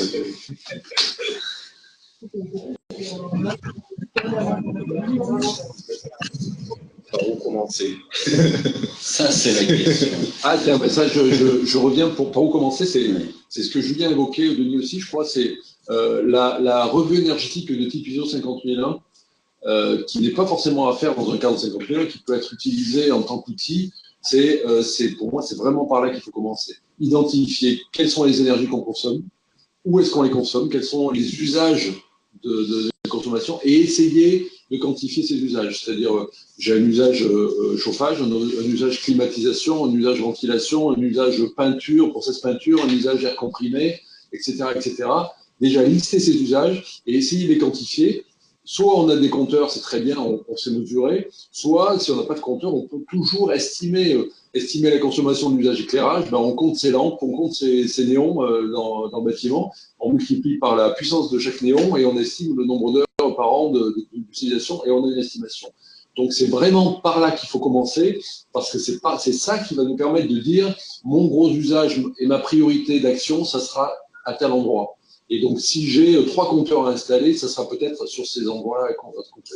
Après, l'outil de plug, la valise, permet aussi d'aider à cette estimation ou à cette première analyse. Quand on n'a rien, on vient avec sa valise, on la pose à différents endroits. Ça nous permet d'avoir ces estimations, d'avoir ces premières informations qui vont nous permettre de construire le premier plan d'action, j'allais dire, c'est ça. C'est ne pas partir tous azimuts, ne pas faire comme celui qui cherche sa montre sous le lampadaire parce que c'est là où il y a de la lumière, alors qu'il l'a perdue ailleurs. C'est pas j'ai vu des sites, c'est une des erreurs qu'on peut avoir sur les sites, c'est j'ai 4 compteurs à tel endroit, donc c'est là où je vais commencer mes actions parce que je sais ce que je consomme.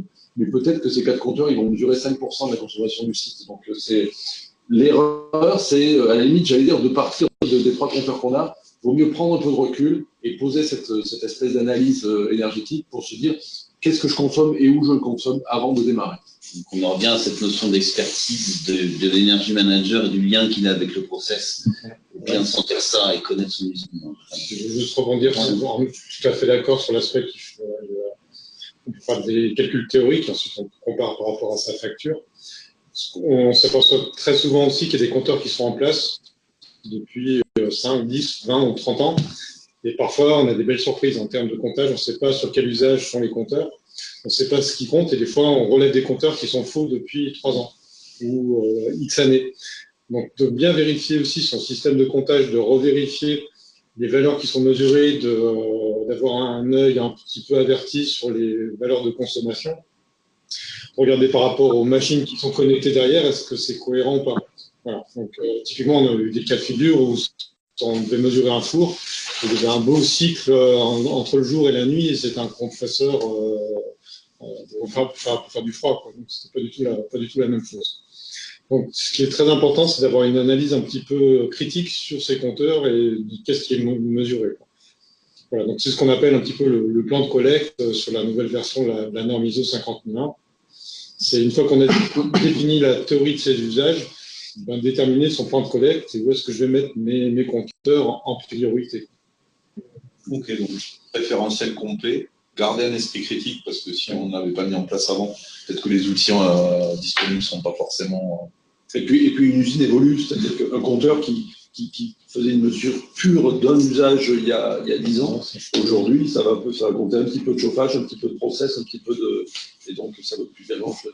Alors, il y a de ça aussi, nous, c'est pour ça que chez Quelcom, on avait développé cette solution-là, c'est que l'usine évolue et les process bougent en eux-mêmes aussi. Donc, on en revient à ça, c'est qu'avoir des compteurs fixes limite effectivement le domaine de comptage à partir du moment où en lead management, on va avoir des lignes qui sont modifiées dans leur configuration. Effectivement. On va peut-être prendre la deuxième question. Les deux autres, on va se rapprocher des bonnes pratiques. Donc, ce que je vais faire, c'est que je vais les noter et on va les inclure dans la suite de la table ronde. Mais peut-être que la deuxième question est intéressante. Voilà, donc on nous demande si l'énergie manager peut-il récupérer les gains énergétiques pour les réinvestir dans d'autres actions. C'est limite politique, ça. On peut la mettre. Est-ce que c'est pour améliorer le réseau routier ou c'est pour combler les trous? C'est un peu la même démarche, effectivement. Mais bon, on sait que dans un monde idéal, les gains collectés dans un domaine d'activité sont faits pour être investis dans ce même domaine. Bon, la réalité que vous voyez, vous, sur les sites... C'est un argument que l'on peut soumettre à ces directions. Voilà, je vais chercher des gains, mais... En disant, regardez, l'année dernière, je t'ai fait économiser 50 kg €, donc là, cette année, j'ai besoin de ça pour ça. Voilà, après, c'est de la négociation, de la conviction. Ouais.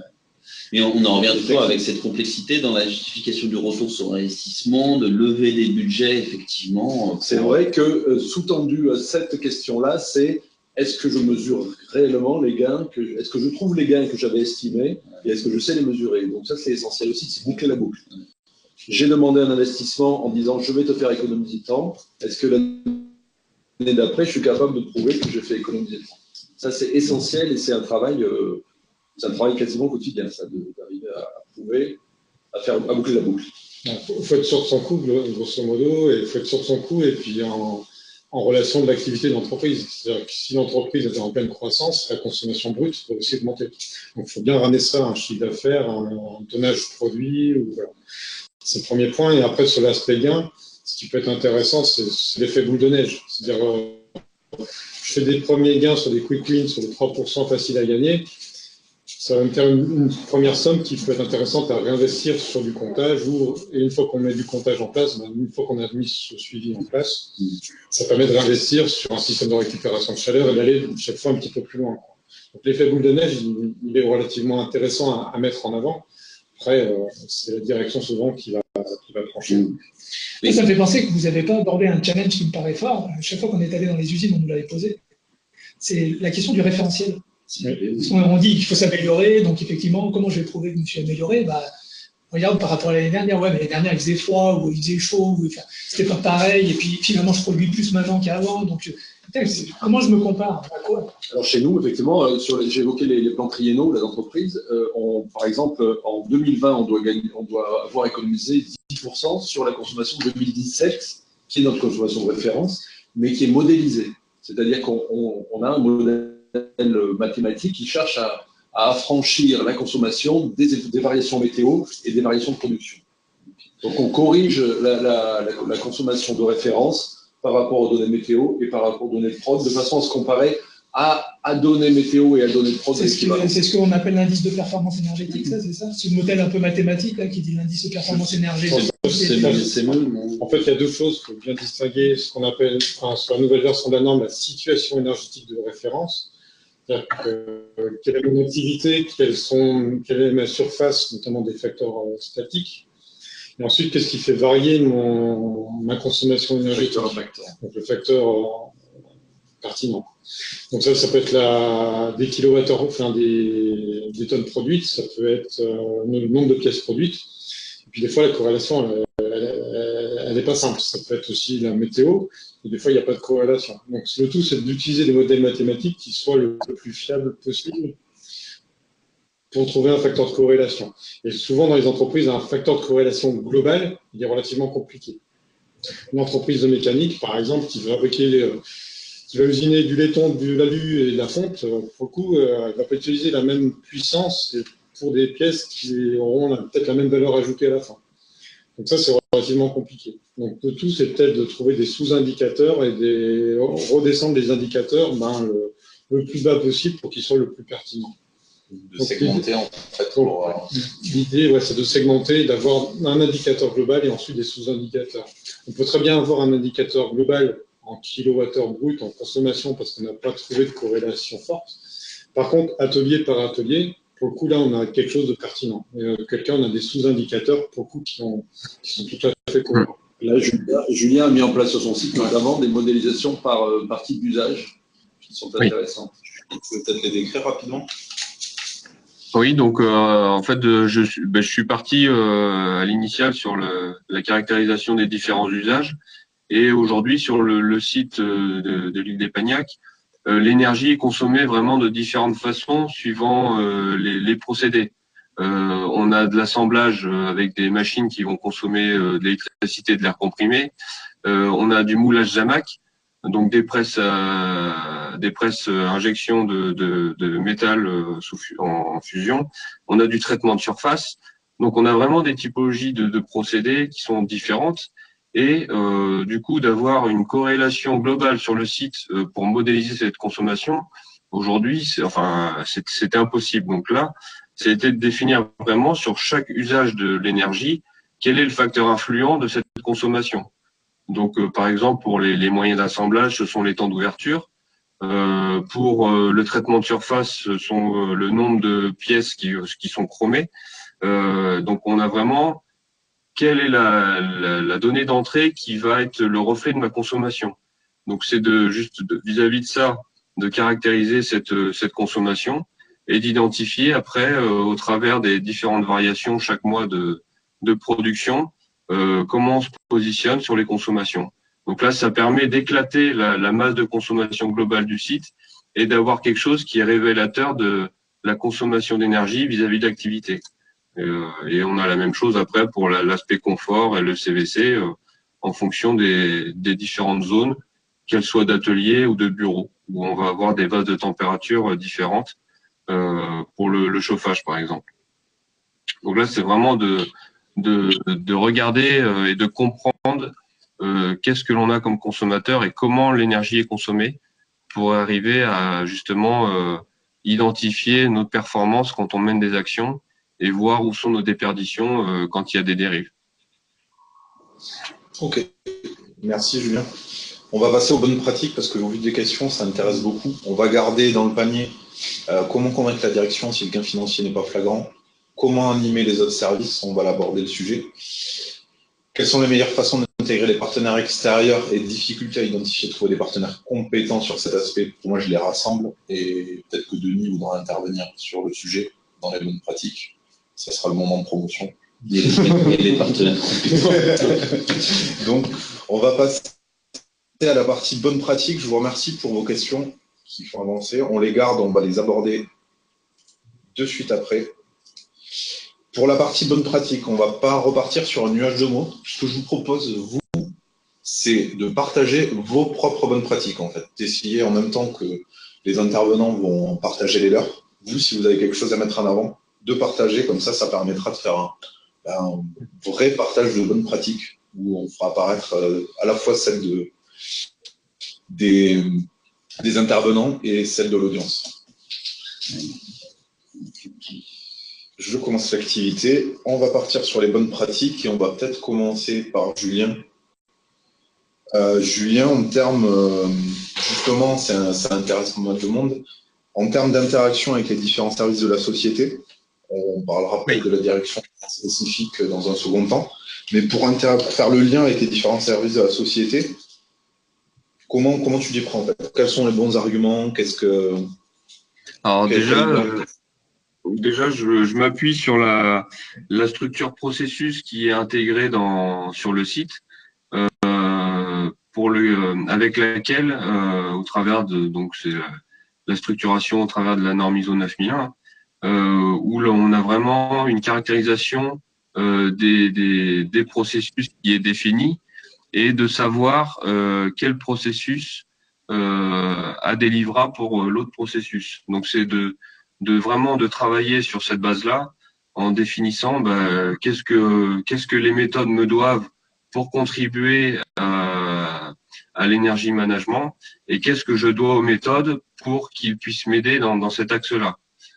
Donc c'est vraiment de partager avec les différents pilotes de processus la méthode, la logistique, la maintenance, la partie facility management. Qu'est-ce que j'ai besoin et qu'est-ce que je peux donner aux autres processus pour m'aider dans ma démarche. C'est vraiment cet axe-là et après au travers des différentes instances, les revues de processus, les revues de direction qui sont un peu plus éloignées, mais après il y a toute l'animation qui va être quotidienne, hebdomadaire et mensuelle entre les processus qui va permettre vraiment d'animer et de contribuer à l'énergie management. Donc là, il y a différents cycles d'animation qui sont à court, moyen et long terme au travers de ces structures processus qui vont permettre d'intégrer l'énergie management sur le site complet. D'accord. Denis, sur cette partie interaction avec plusieurs services, tu as quelque chose à compléter par rapport à Julien? Ouais, ce qui est important, notamment dans les démarches système de management, c'est vraiment la régularité. Alors, qu'on soit dans un système de management ou pas, ce qui est important, c'est d'inculquer une régularité avec les différents services. Pas forcément toutes les semaines, tous les mois ou tous les 3 mois, mais c'est vraiment de se dire, ça peut être tous les 6 mois, on fait un point avec les achats, ou tous les 3 mois, on fait un point avec les travaux neufs. Le tout, c'est d'inculquer cette régularité pour dire, il y a un certain nombre de projets et on va faire le point sur ces différents projets et d'inclure l'aspect énergétique sur ces différents projets et à chaque fois de faire le point. Donc, la bonne pratique, c'est vraiment cette régularité des différents domaines dans lesquels intervient l'énergie manager. Aussi bien pour relever ses compteurs que sur les autres services. Gilles, tu vas peut-être pouvoir nous parler des interactions avec la direction. Je ne sais pas si ça a toujours été facile ou. Ouais, je voulais quand même revenir sur ce que Julien a évoqué, l'utilisation des processus tels que demandés par la norme 9001. Donc effectivement, c'est important. On peut utiliser cette démarche processus avec 2 types d'organisations pour l'énergie et pour l'environnement d'ailleurs. C'est la façon, on peut considérer que on peut construire un processus dans l'usine, on peut construire un processus énergie-environnement séparé des autres, et à ce moment-là, on travaille sur les interactions entre les processus tels que l'a évoqué Julien. On peut aussi considérer que l'énergie et l'environnement sont intégrés, on peut les intégrer dans les différents processus, c'est-à-dire que le processus production a une préoccupation énergétique, le processus achat a une préoccupation énergétique, etc. Et du coup, là aussi, c'est un moyen de responsabiliser ou d'impliquer les différents responsables de processus, quels qu'ils soient dans l'usine, sur les préoccupations énergétiques. Donc, je voulais dire, voilà, il y a ces 2 types-là, et dans nos usines, on voit les 2 organisations possibles. C'est-à-dire que certaines fois, il y a un processus énergie-environnement séparé, et dans d'autres fois, on essaye ou on l'intègre dans les autres processus. Et c'est une question de structure par rapport au site, ou c'est une question de maturité par rapport à la démarche? Tu as peut-être raison, c'est peut-être une question de maturité, c'est-à-dire qu'a priori, il paraît plus facile au début de créer un processus séparé, en disant je suis maître chez moi et je commence déjà à maîtriser ce processus-là et à travailler sur des interactions avec les autres. Un site, peut-être après, à terme, on peut imaginer effectivement la bascule en disant maintenant chacun est responsable on essaye de responsabiliser chacun des responsables processus sur les parties énergie. Parce que responsabiliser tous les autres acteurs périphériques au projet, il faut revenir sur ces questions de KPI, de d'IPE, d'indicateurs qui vont permettre à tous ces gens de se positionner par rapport à la démarche. Par exemple, Affiner, là, on est en train d'accompagner un grand groupe sur du multisite. Notre démarche s'inscrit dans une démarche 9001, 14001. La première fonction, ce qu'on va faire, c'est la revue énergétique. On va faire une revue globale au niveau du groupe sur l'ensemble des usines pour tout rapatrier, pour avoir la main sur l'ensemble du système. Mais très rapidement, on va leur redonner les outils pour qu'ils prennent la main et que chaque site redéploie sa revue énergétique, ses indicateurs, etc. Donc l'idée, c'est de prendre la main au départ pour tout mettre en place, définir le cadre, connaître les indicateurs qu'on va mettre en place, modéliser par exemple, et ensuite redéployer ça sur chacun des sites. C'est vrai que ce serait plutôt une phase en deux temps. Où d'une part, au premier temps, je maîtrise et je fixe le cadre, et après, je redéploie sur l'ensemble des sites. Donc le redéploiement par site, par atelier, c'est une stratégie à long terme qui est très payante. Et spécifique, parce qu'il n'est pas question d'appliquer une politique générale pour chaque site a ses spécificités. Bien sûr. Ouais. Donc l'idée justement, c'est qu'en redéployant sur chaque site ou chaque atelier, chacun peut s'approprier la démarche.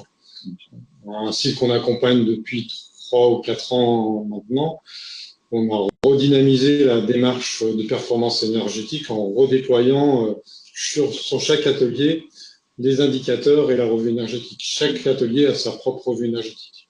Donc là, au début, c'était difficile parce qu'il a fallu mettre en place des indicateurs, etc. Après, au bout d'un an ou deux, ils y sont arrivés. Et aujourd'hui, chacun présente ses indicateurs et ça marche plutôt bien. Donc, il aurait quand même fallu 2 ans chez certains pour... Ça dépend des ateliers, ça dépend de la maturité, ça dépend de l'organisation. C'est très, très variable. C'est extrêmement variable. Okay. Il y avait une question qui était très intéressante tout à l'heure, c'est comment convaincre avec finalement peu de résultats. Si jamais les premières actions entraînent une économie d'énergie ou du coup d'argent qui n'est pas significative, est-ce qu'il y a d'autres points qu'on peut mettre en avant pour convaincre et poursuivre dans la démarche Alors déjà, il faut essayer comme Denis l'a dit précédemment, il faut essayer vraiment de trouver les quick wins, commencer par les quick wins. C'est-à-dire, si on veut convaincre une direction, il faut d'abord lui apporter de la réussite. En fait.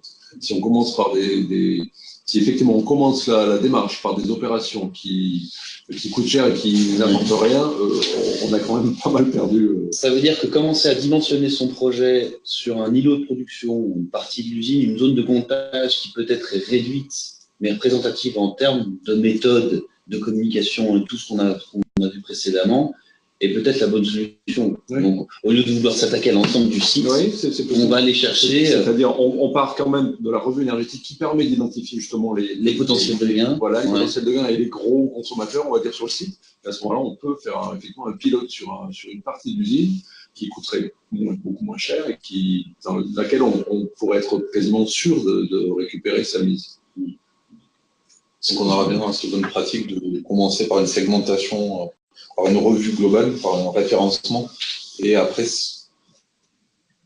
potentiellement segmenter pour aller chercher Après, on peut essayer aussi d'argumenter, parce qu'après c'est toute l'argumentation. Quand on va demander un budget, on va argumenter. On peut argumenter sur d'autres bénéfices que l'économie. Ça peut être des fois de la sécurité. Quand on fait du relamping chez nous, du remplacement de lampes dans certains secteurs, on peut argumenter sur le bénéfice sécurité, du confort que l'on a pour les collaborateurs. Ça peut être, dans certains cas, on a des centres logistiques où les opérateurs près des portes de quai se plaignent du froid parce que voilà, ils sont en contact avec l'extérieur.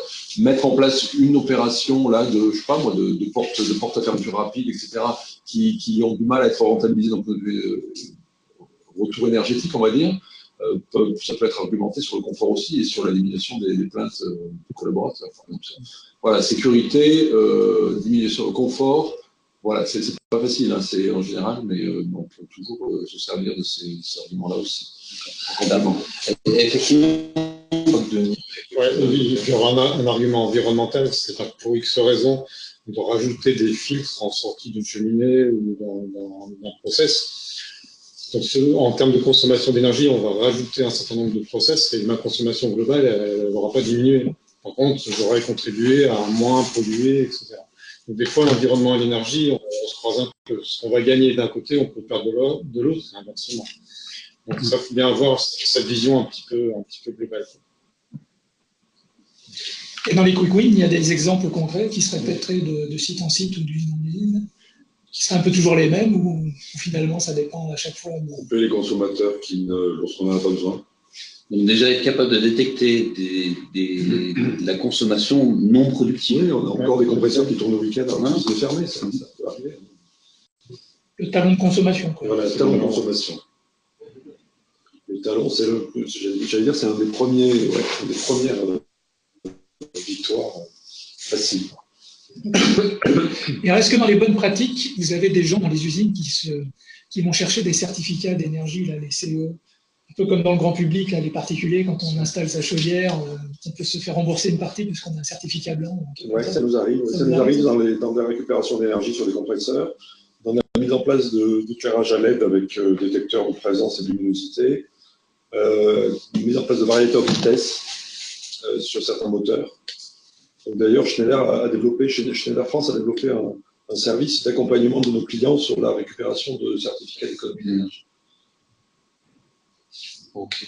Il y avait une notion également qui était revenue tout à l'heure dans les questions. C'était apparemment une difficulté à trouver des partenaires pertinents pour cette première partie, cette première bonne pratique qui est vraiment le référencement. On rebondir sur les certificats d'économie d'énergie. Donc, tout à l'heure, on a parlé de compétences. Typiquement, ça, c'est des compétences majeures que doit connaître le responsable d'énergie. Ça évolue, ça. Ça évolue. Périodiquement, il y a des mises à jour. Des mises à jour avec des nouvelles fiches. Donc, il faut être au courant de ces nouvelles fiches. On arrive sur certains sites où ils viennent de racheter un compresseur à vitesse variable et pour le coup, il y avait une fiche et ils n'étaient pas au courant. Donc, c'est un petit peu dommage de passer à côté.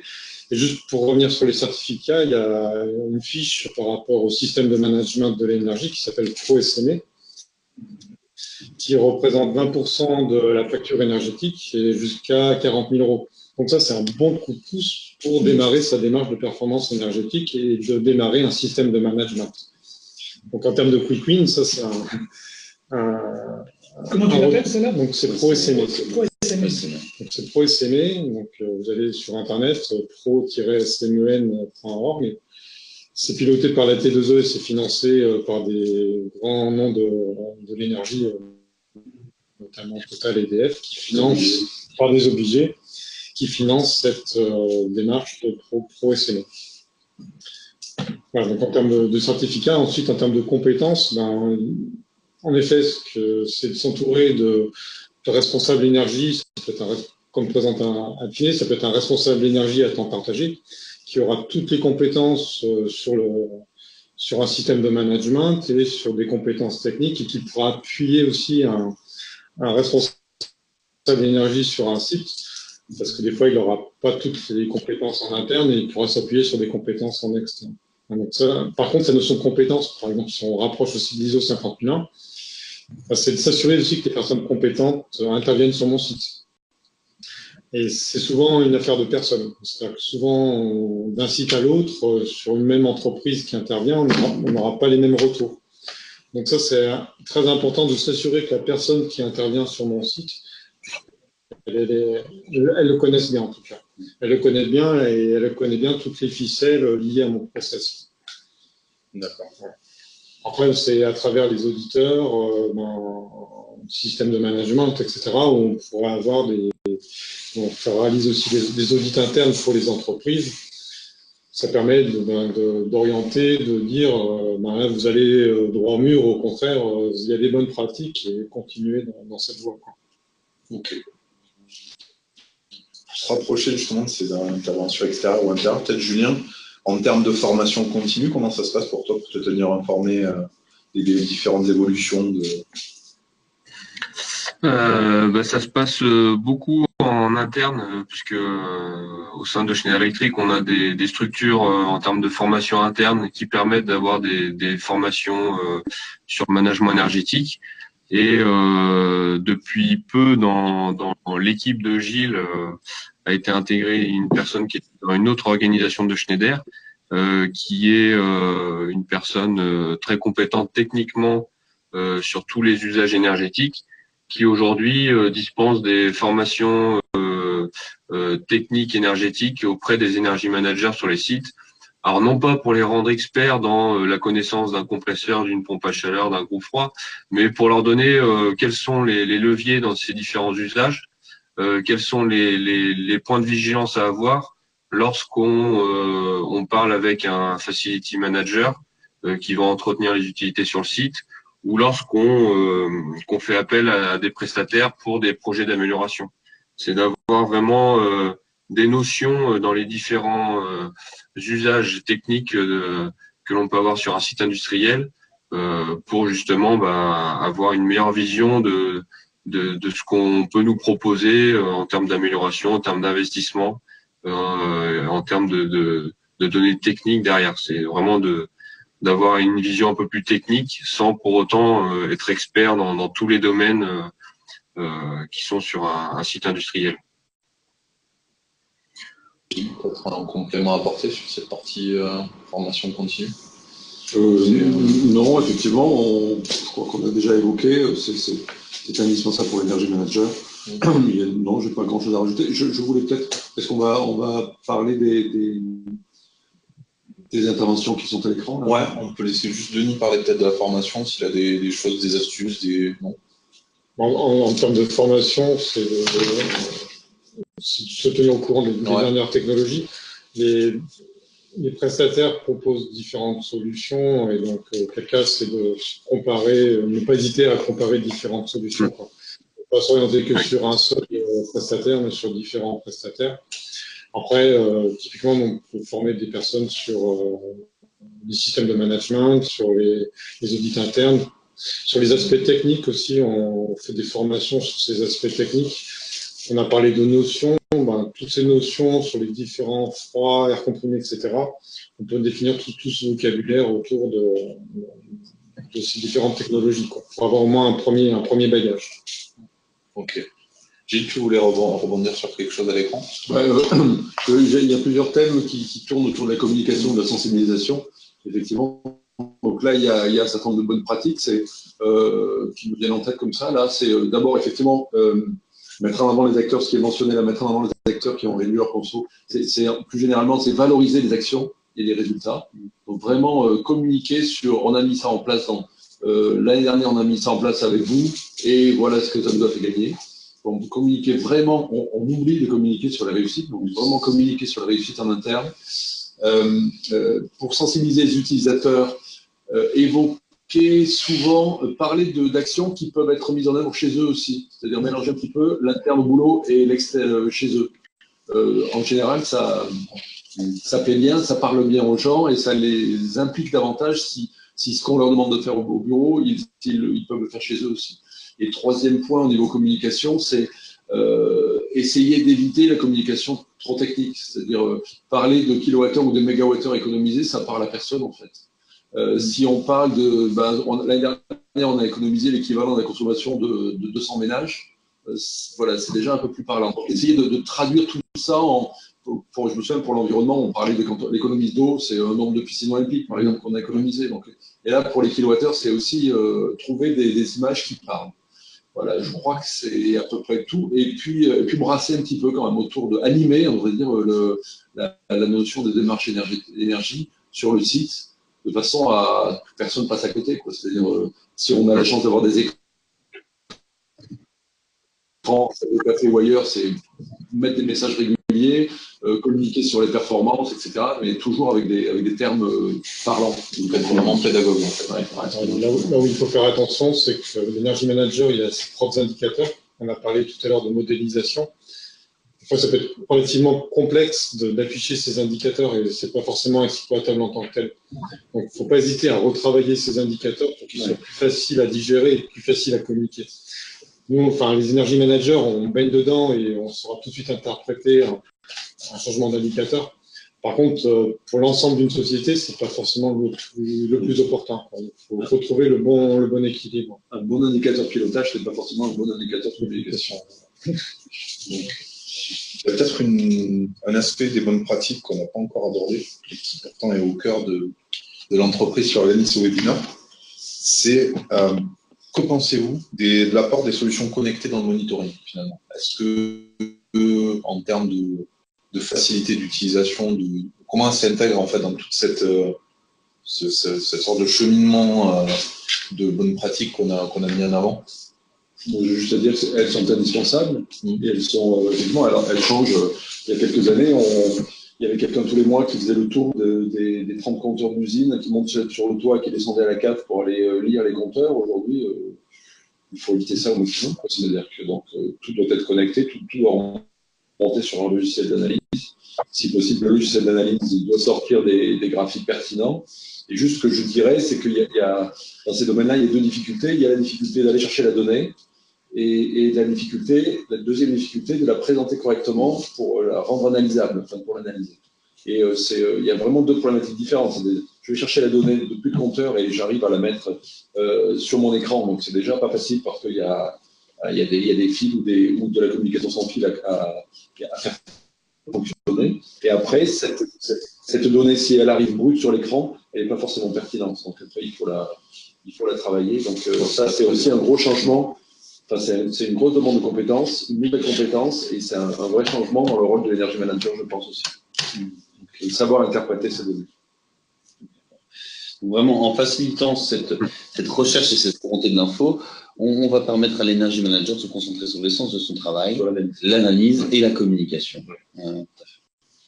Et je rajouterais, ça c'est aussi un défaut qu'on voit sur certains de nos sites, c'est que l'analyse doit être aussi faite de façon très régulière et très systématique, j'allais dire. C'est-à-dire, les sites où ça marche bien, c'est tous les lundis matins, l'énergie manager, il passe une demi-heure ou une heure à analyser ses retours, de façon à agir s'il y a un groupe froid qui part en quenouille, là, qui puisse intervenir très vite sur la maintenance et ne pas traîner ça sur 3 mois. Parce que je fais écho avec effectivement la politique de Schneider et celle de certains de nos clients qui sont présents aujourd'hui. On parle beaucoup de comment commencer, comment démarrer. La phase exploratoire qu'on a définie tout à l'heure, elle est essentielle. L'autre extrême de la logique, elle est le pilotage des processus en fonction du coût énergétique et des IPE. C'est là la finalité peut-être ultime du projet énergie. Alors, j'allais dire, c'est presque une difficulté supplémentaire, c'est-à-dire qu'une fois qu'on a démarré, qu'on a mis en œuvre, qu'on est arrivé qu'on a économisé un certain nombre de kilowattheures, la grosse difficulté après, c'est de maintenir le niveau de performance. Et on se rend compte sur certains sites, comme peut-être le site de Julien, qui sont arrivés à un très bon niveau de maturité et un très bon niveau de performance. On se rend compte là que si on n'est pas extrêmement vigilant et justement, si on ne suit pas de façon très régulière et très systématique et très proche les performances, elles peuvent se dégrader assez rapidement. Donc c'est là où encore un peu plus l'intelligence, et je donnerai la parole à Julien, l'intelligence artificielle qu'il y a derrière ces nouvelles technologies connectées comme ce qu'on propose chez Galeplug, c'est quelque chose qui permet de totalement faire tourner le système. Nous ne soyons pas naïfs, derrière l'intelligence artificielle, il y a là encore l'énergie humaine et l'expertise, et puis surtout l'expertise et surtout ça. L'expertise, la connaissance du process, la connaissance du procédé. Il faut forcément relier des consommations, des surconsommations à des dérives de process, etc. Ouais, il y a toujours quelque chose de spécifique. Et Julien pourra peut-être le confirmer depuis son site de l'Espagnac. Tu confirmes cette logique-là? Tout à fait, parce que plus on atteint un niveau de maturité dans le management énergétique, ça veut dire qu'on a déjà intégré des projets, des améliorations. Plus la réactivité, le cycle de management et de pilotage sera court, meilleure sera la maîtrise. Si on est dans du pilotage d'activité avec des revues mensuelles ou au-delà, là, on se met en avant vers des dérives qui peuvent être problématiques et de partir dans des tendances à l'inverse de gains énergétiques. Aujourd'hui, sur le site, on fait de la revue hebdomadaire sur les indicateurs, sur les indices de performance des usages. Enfin, là, on est vraiment et la solution connectée est un outil, une très bonne donnée d'entrée pour alimenter cette analyse qui se fait sur des cycles d'animation de plus en plus courts, pour permettre de garantir cette maîtrise et d'éviter les dérives. Et c'est vrai que la solution digitalisée qu'on a avec les remontées des data de solutions Gullplug notamment, permet d'accélérer et d'aller au plus rapidement à savoir quel est mon niveau de consommation sur mes usages.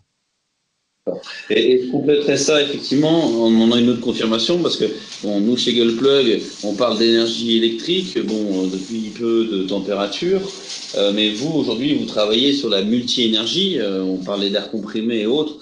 Donc, ça veut dire aussi, quand on se lance dans la démarche, il est important d'évoluer avec, de se lancer avec des systèmes qui soient ouverts, autant en termes d'écosystème de capteurs, que de traitement de la donnée, de systèmes informatiques derrière pour analyser et alimenter la démarche. Totalement. Aujourd'hui, dès que l'on intègre des solutions comme l'air comprimé, sur notre site, par exemple, on a de l'achat de mètres cubes d'air comprimé. Donc, on a une centrale installée par un fournisseur d'air comprimé. Avec cette centrale a été fournie une supervision digitalisée qui permet de suivre la production d'air comprimé, la consommation. Chaque usage est digitalisé, suivi, monitoré, et c'est ce qui permet d'atteindre la maîtrise et de garantir les savings. Merci Julien, merci à tous les trois. Je vous propose de conclure là-dessus parce qu'on a déjà largement dépassé. On va passer à la conclusion. On a laissé finalement assez peu de place aux questions. J'en suis vraiment désolé. Par contre, on vous laisse la possibilité de les poser. On vous apportera une réponse par la suite. Je vais lancer une activité sur Bicas qui va vous permettre de nous faire un feedback en fait sur cet atelier et notamment de poser vos questions. Donc n'hésitez pas. Et je vais laisser du coup Benoît conclure cet atelier et un grand merci encore aux intervenants. Voilà, oui, effectivement. Encore merci de votre présence aujourd'hui avec nous à nos côtés ou à distance depuis les usines. C'est votre expertise qui effectivement nous a permis de prendre de la hauteur de vue. Pour ce qui est des activités du club e-user, donc on va effectivement pouvoir commencer à traiter les questions en stand-by dans les jours qui viennent, et pour vous faire un retour d'ici une dizaine de jours avec un compte rendu de ce webinaire, que vous puissiez en avoir effectivement une synthèse sur tout ce qu'on a pu relever autour de ces discussions. C'est aussi sur cette logique-là et vos suggestions de sujets que nous préparons et alignerons notre prochain webinaire programmé sur le premier trimestre 2019, donc on compte sur vous là-dessus. C'est aussi une fois de plus comme ça qu'on va vous amener à faire évoluer notre offre. Comme vous l'avez compris, notre offre, elle se combine assez bien avec ce que font les gens de chez Atfinet en termes d'expertise. On a aussi des partages d'expérience à faire avec les gens de chez Schneider. Et puis, peut-être pour conclure, Xavier, est-ce que tu souhaiterais rajouter un mot à destination de nos users éventuellement? Un mot, en fait, c'est pas tellement un mot, ça va être le livre blanc qu'on a envie de créer.